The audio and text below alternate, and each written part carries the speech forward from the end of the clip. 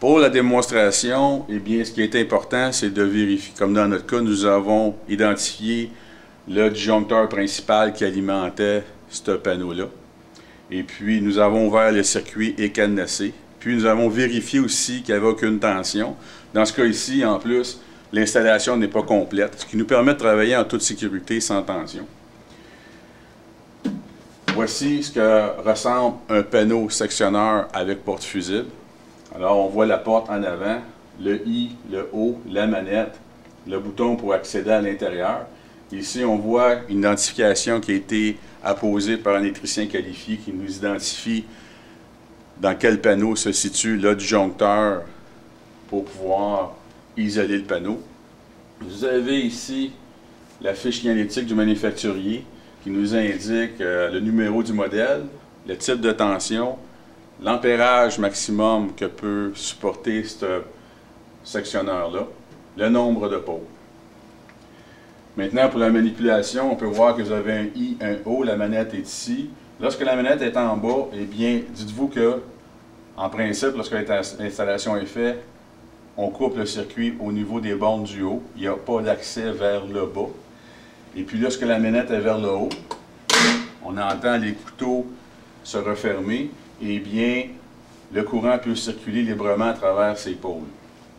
Ce qu'il faut savoir, c'est que lorsque la manette est vers le haut, il est impossible de pouvoir ouvrir le panneau parce qu'il y a un mécanisme à l'intérieur de protection. Si on veut ouvrir le panneau, il est obligatoirement nécessaire de descendre la manette vers le bas, d'appuyer sur le petit bouton de plastique ici, et là on a accès au panneau intérieur.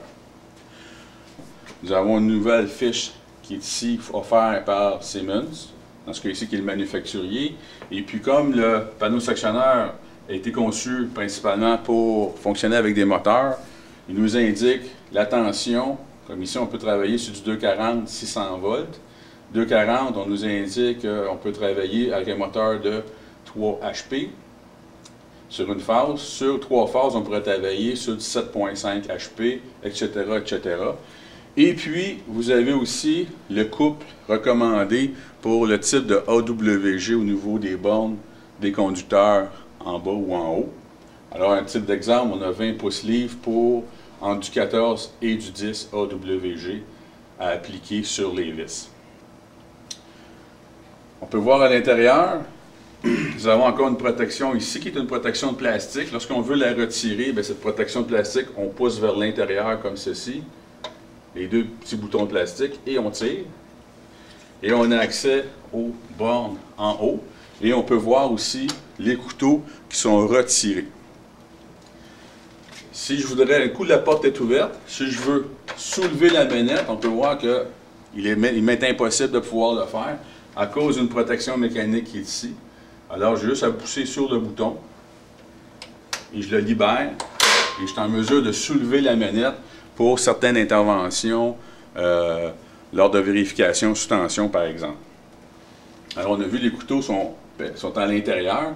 On peut voir que ici, vu que les couteaux sont à l'intérieur, eh bien, il y a continuité entre chacune des phases. On va faire une démonstration comment vérifier par la suite. Mais voilà pour le mécanisme. Vous avez aussi, je vais juste redescendre la manette, ça. Vous avez ici 3 petits composants de plastique. Alors, eux autres, ils servent principalement à retirer le fusible.